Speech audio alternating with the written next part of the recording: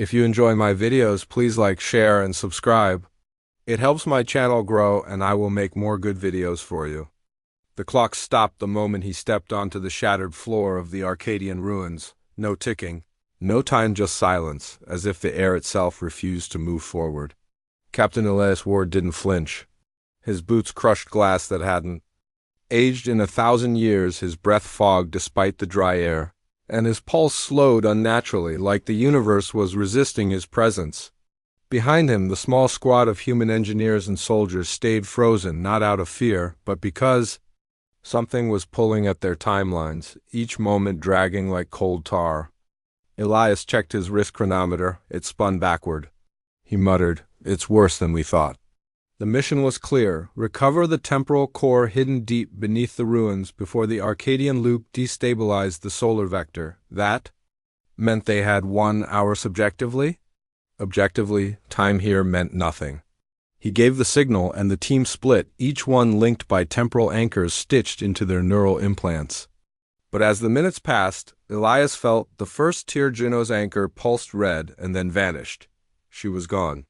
Not dead, erased. "Keep moving," he ordered, voice trembling. "Stay in sync. Keep thinking forward." The deeper they moved, the more the walls whispered. Not voices, but memories, his memories. He saw himself at 16, standing over his dying father, promising never to let another war go unwon. He saw his sister laughing just before her transport ship vanished in the first temporal breach. The flashbacks weren't just in his mind. They bled into reality, playing like broken holograms in the shadows. Corporal Lynn stumbled and screamed, pointing at a duplicate of herself writhing on the floor, aging and decaying in fast forward. She tried to help the figure, but the copy turned to dust with a single breath. Lynn clutched her chest, whispering, "She said I failed. She said I already made the wrong choice. Stay with me." Elias grabbed her, dragged her forward. "Don't let the past speak. It's lying, it always lies." The temporal core chamber was ahead. A floating orb of crystal and molten light hovered in the center, pulsing like a beating heart. As they entered, time fractured again. Elias saw his own body across the room, reaching for the core, an older version, scarred, missing an eye, whispering the words, "Don't touch it. You'll start the collapse." "What does that mean?" Lynn asked, frozen between trust and terror. But Elias didn't answer. A pain split his head in two. He saw the future.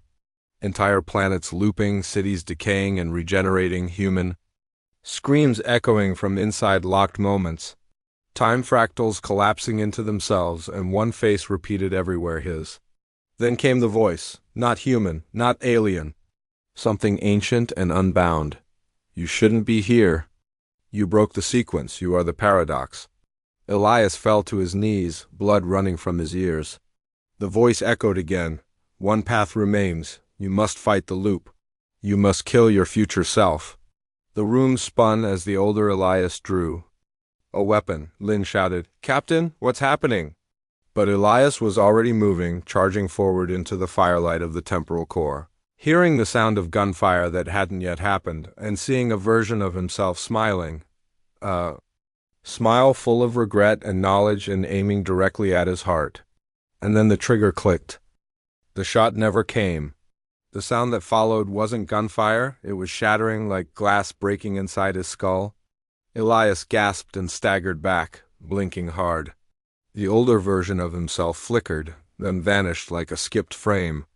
Lynn was beside him, pulling at his arm, shouting something he couldn't hear. His ears rang with a silence so loud it pressed against his thoughts. "We need to get out of here," she screamed, her voice finally piercing the storm in his head. "He wasn't real." "No," Elias whispered, staring at where the other him had stood. "He was real. Just not from now." Behind them, the temporal core pulsed again, slower this time, almost expectant. The engineers worked fast, deploying stabilizers while muttering countdowns that didn't match. Each one read a different time on their devices. 10 minutes. 40 minutes. -8 seconds. Elias checked his own implant. It read, "Death event. 3 minutes. What is that supposed to mean?" He muttered, Lynn's eyes locked with his. "It's counting down to you, sir." Before he could respond, the floor dropped. Not physically, time slid, the present tilted sideways. The room reshaped into a battlefield, torn from a memory he never lived. Explosions lit a sky he didn't recognize, and bodies in human armor screamed in languages never spoken. Elias turned in place and saw a version of himself fighting hand-to-hand with something tall, silver, and bladed. Then the scene snapped back like reality had taken a breath and decided to forget. What was that? Lynn gasped. Elias didn't answer. He was too busy staring at his own hands' new scars forming fresh blood. A broken finger he hadn't broken. His body was sinking with a future he hadn't earned yet. He moved to the core. The engineers shouted at him to wait, but he didn't stop. He placed both hands on it. The orb pulsed, warm, cold, neither. A presence pushed back. Choose. A thousand versions of himself branched out through a web of timelines. Soldier, killer, traitor, savior, coward, king, monster. In every path, one constant, the temporal collapse, triggered by him. Always him. No, he whispered. There has to be a way to end this. There is, said the presence. Erase the origin. What origin? But then he saw it, an image buried deeper than memory. A boy no older than 6, standing before an Arcadian artifact in the ruins of a burned colony, his hand reaching for a spinning metallic sphere. That moment, that innocent act, was the divergence. The loop's beginning. Lynn's voice pierced the moment. Captain, another pulse is coming. This one's off the scale. We need to sever the loop now, Elias shouted. The engineers nodded. If we reverse the polarity on the anchor field, it might cut through the timeline mesh, but someone has to stay behind to hold the feedback. Of course, always a cost. Elias turned to Lynn. No, she said, already reading his thoughts. You don't have to be the sacrifice. Let me. But Elias shook his head. It's my paradox, my burden. If I die now, maybe the loop dies? With me, he stepped forward, but Lynn blocked him. You said yourself time lies. What if staying behind causes the loop? He froze, the idea wrapped around his spine like ice. Could sacrifice be the cause, not the cure? Suddenly, a flicker. A man appeared at the edge of the chamber, an exact replica of Elias. Bleeding, older, coughing up red foam. Don't let her stop you, the dying version croaked. You must stay. It's the only way. No, said Lynn, eyes wide with realization. That's not you. That's what the core wants you to believe. It's protecting itself. Elias stood between the dying future version and Lynn, his hands trembling. One step forward meant ending it all. One step back meant risking another loop. The core pulsed again, light turning deep red. Behind them, the chamber cracked. The engineers vanished, mid-scream erased. The room was collapsing into non-time. And then the dying Elias pointed at Lynn. She's not who you think. Elias turned. What? Lynn's face went pale. Then she whispered, I didn't want you to find out. Like this. Elias didn't move. He stared at Lynn, searching her eyes for something: truth, betrayal, anything solid in the chaos unraveling around them. But her expression was unreadable. Her voice had changed. Softer, older, laced with something that didn't belong in a soldier's throat. And her body flickered just for a second, like static skipping over flesh. What are you? Elias asked, not lowering his weapon. I'm not your enemy, she said gently, stepping forward. But I'm not Lynn, not completely. Then who is she? Lynn, or the being that wore her, glanced at the flickering core behind Elias. She was real, a good soldier. She volunteered for the merge. Thought her presence would stabilize. My entrance? Entrance into what? Your moment, she whispered. This one right here, where everything turns. The core screamed, not with sound, but with memory. Images whipped through the chamber, dozens of timelines where Elias killed her, others where he trusted her. But in all of them, time still died. I was designed to stop you, she said.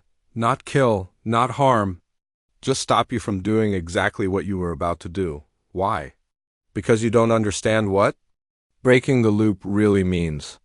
You think you're ending the pain, but in truth, you erase the future, all of it. He stepped back. You're one of them? She nodded. We call ourselves the continuance, born from fractured time. The loop created us. We grew inside its cracks. And we've kept the fragments from collapsing ever since. If you destroy the origin, you destroy us, yes, but also every human that evolved in timeline splinters. Billions of lives formed in moments that shouldn't have existed. You'll be ending them. Elias tried to breathe, but the air felt thick. The timeline in his mind stretched in all directions. Some of those lives he saw.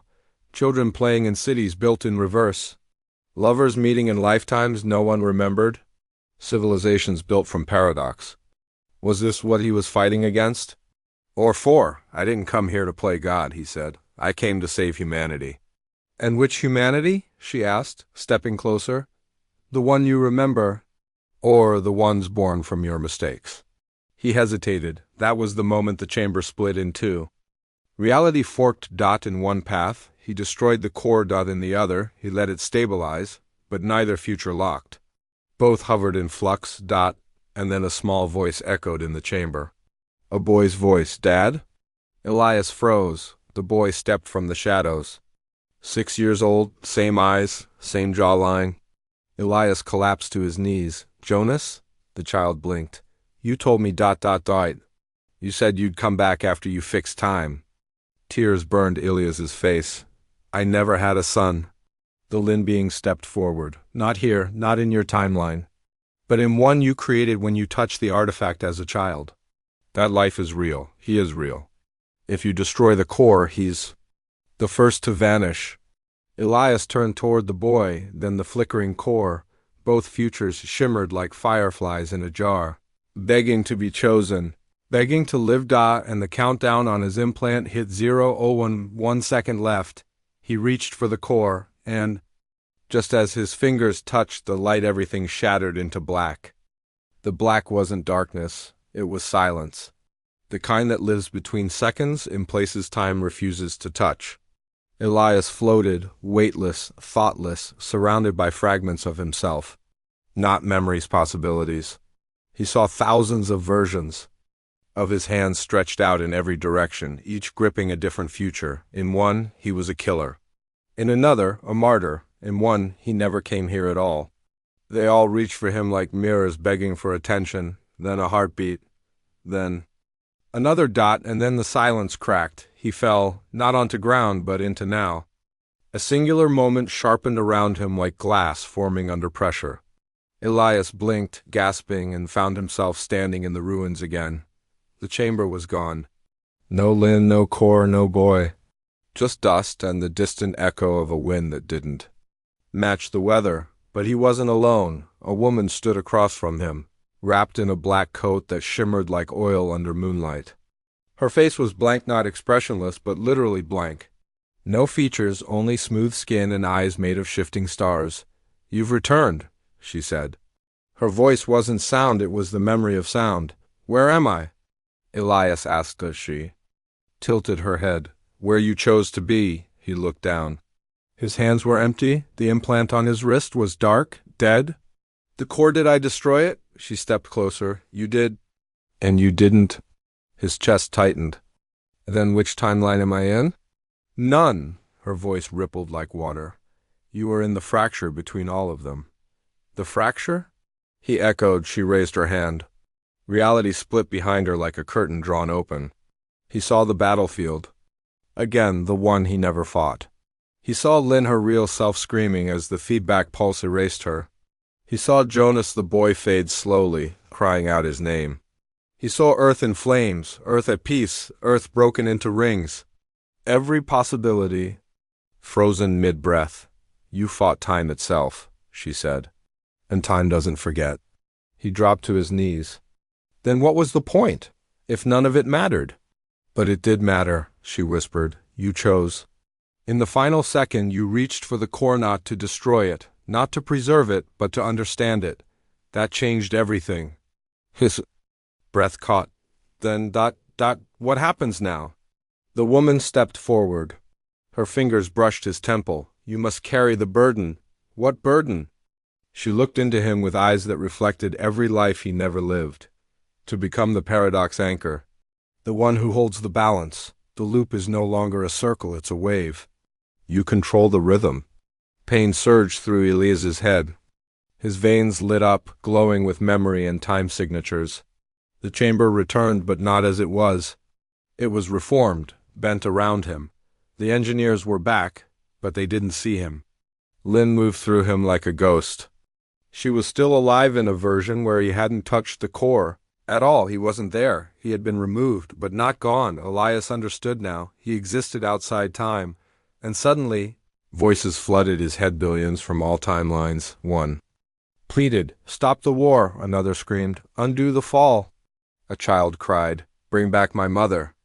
Each voice was a plea to rewrite, to guide, to interfere. He screamed, gripping his skull, falling to the floor of a timeline that didn't know him, and then a new voice whispered, closer than thought, "You were never meant to fix time," it said. "You were meant to watch it, forever."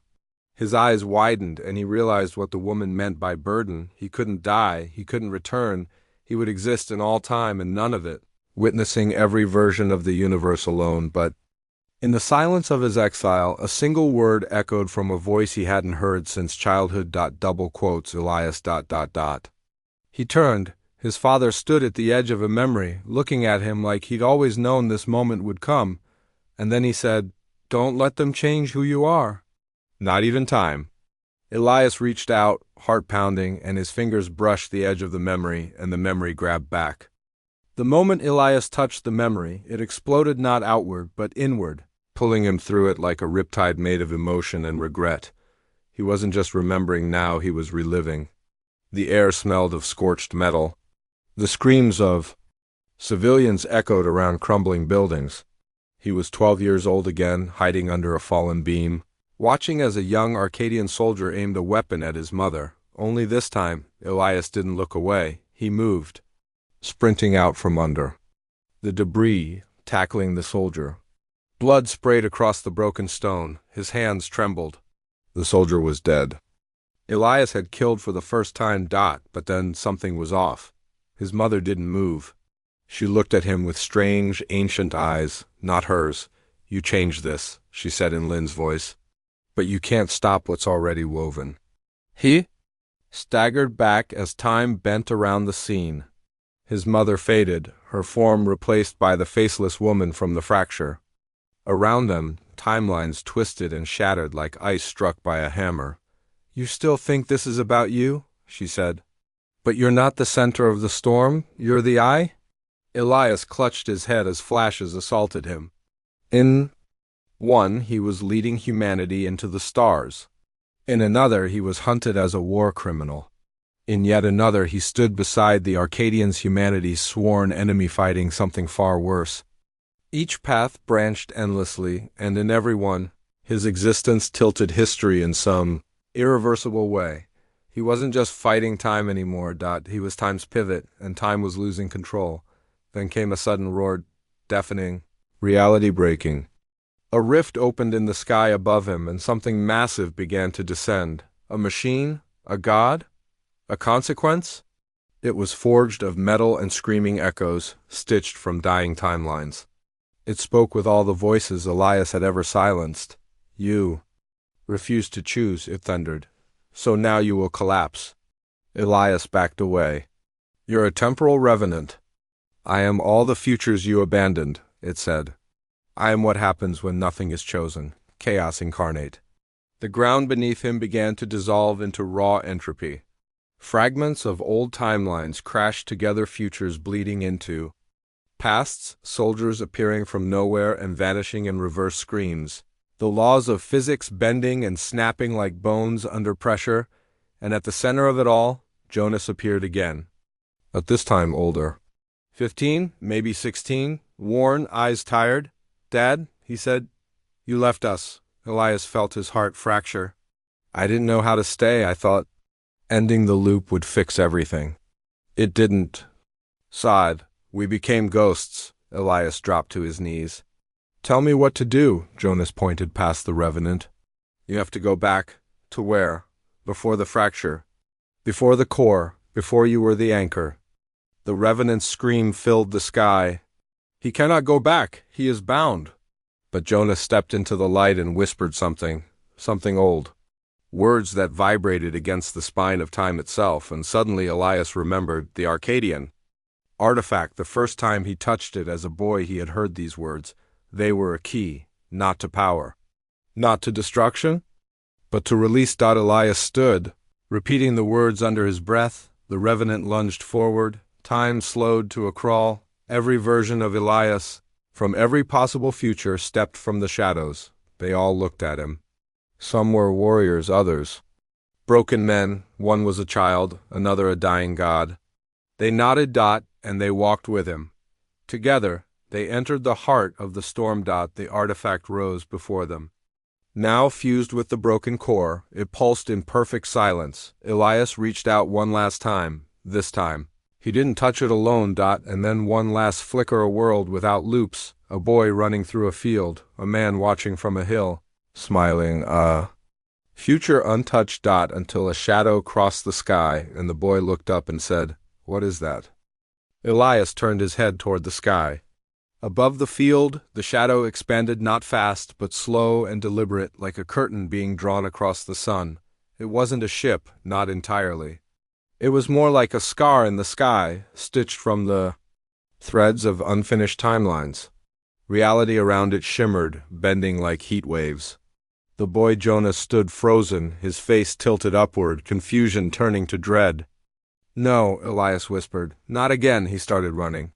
Each step jolted something loose in him, fragments of the loop, the war, the core. He'd destroyed it. He'd let it live. He'd rewritten everything. But now, time had done what? It always did. It adapted.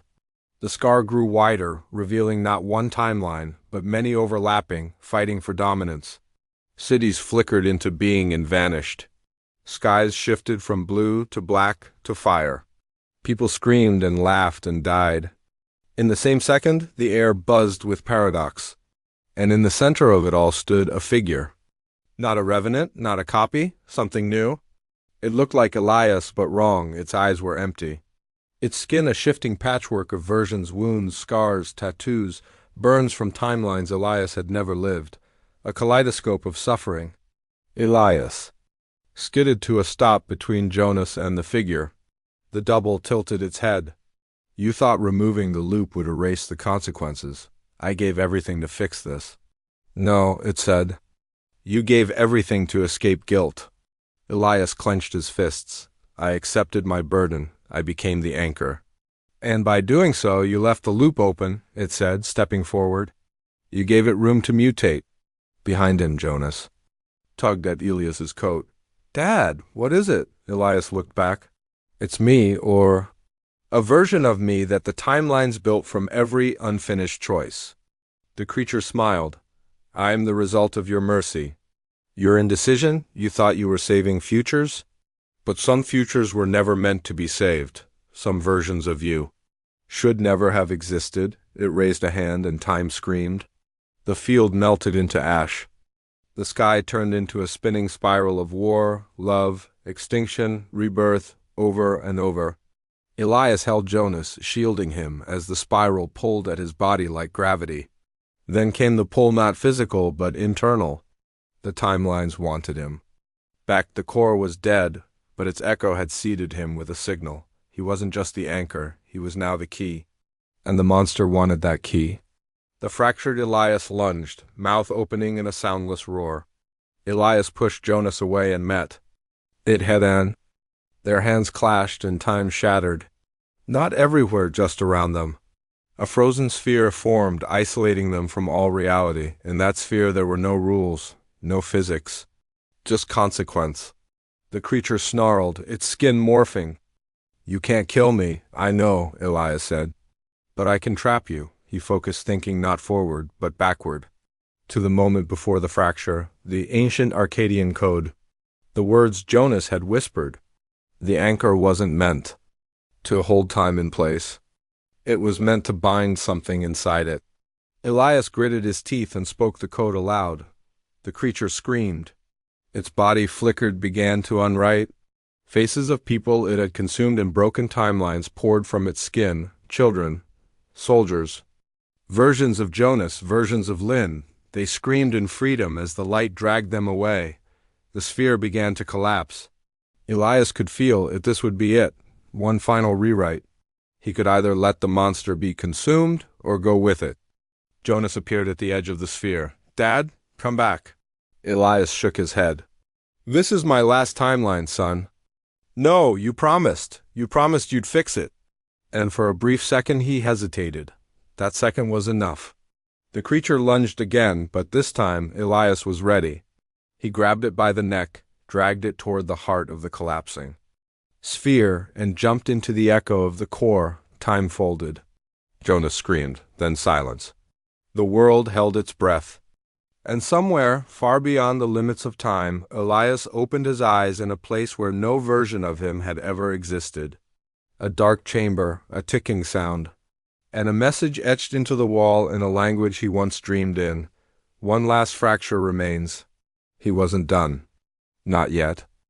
Elias stood alone in the dark chamber, the ticking sound echoing around him like a heartbeat too slow to belong to anything living. The walls weren't stone or metal, they were made of something older, denser, heavy with the weight of forgotten. Moments, light bled through cracks shaped like memories. The message on the wall pulsed. One last fracture remains. He stepped forward, and the floor responded like water holding shape. No time here, yet every moment he had lived pressed against his skin. He could feel Lynn's last breath. Jonas's voice calling him Dad. The moment he became the anchor. The moment he became something else. But this place, it wasn't part of any timeline. It was beneath them. A root system of reality. The womb of paradox. And then it moved. A ripple passed through the chamber. Not from outside, from within him. The fracture wasn't a place. It was him. A voice spoke his own. But cracked, distorted by centuries of possibilities. You buried it. The first decision. The one you never remembered. Elias dropped to one knee. No more riddles. The voice circled him.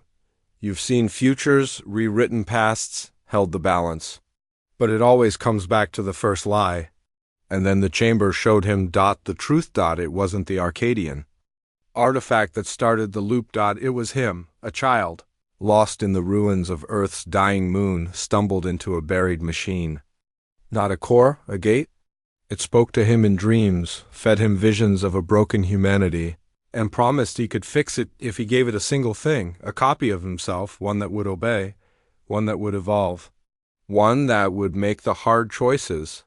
He couldn't. That was the fracture. He hadn't become the anchor. He had created the first fork. Everything after that wars. Loops, revenants was fallout. And now that copy was still alive? Hidden deep in a timeline that refused to die. The message changed. Find it or become it.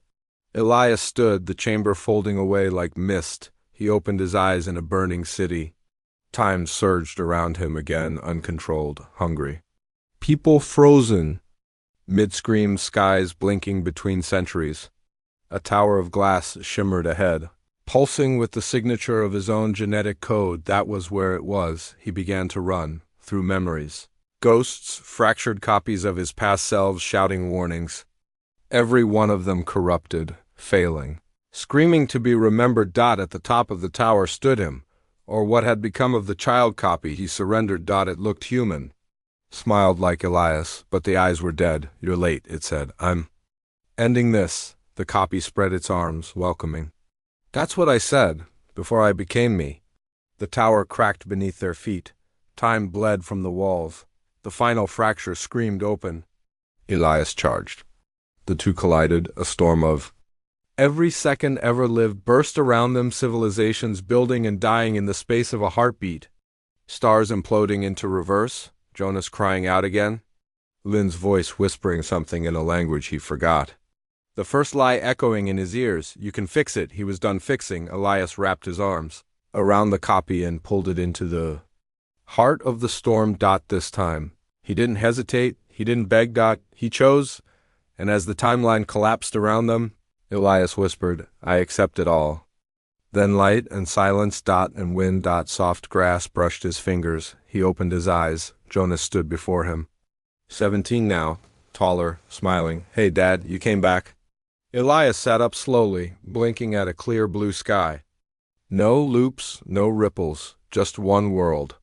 One timeline. How long was I gone? Jonas helped him up. A minute, maybe forever. Doesn't matter. He looked around. No scars in the sky. No echoes, just peace. Elias breathed, truly breathed. For the first time? Is it over? He asked. Jonas shrugged. For us? Yeah. Then, from behind them, a girl stepped into view. Hair like starlight. Eyes like memory. She looked at Elias and smiled. You closed the last fracture. Then her voice became his voice, her face flickering like a dream. Now? Someone else can begin? And far away, in a distant future untouched by war, a child touched something glowing buried in the ground. And the sky pulsed once, just once, like the universe taking a breath before forgetting it ever needed to.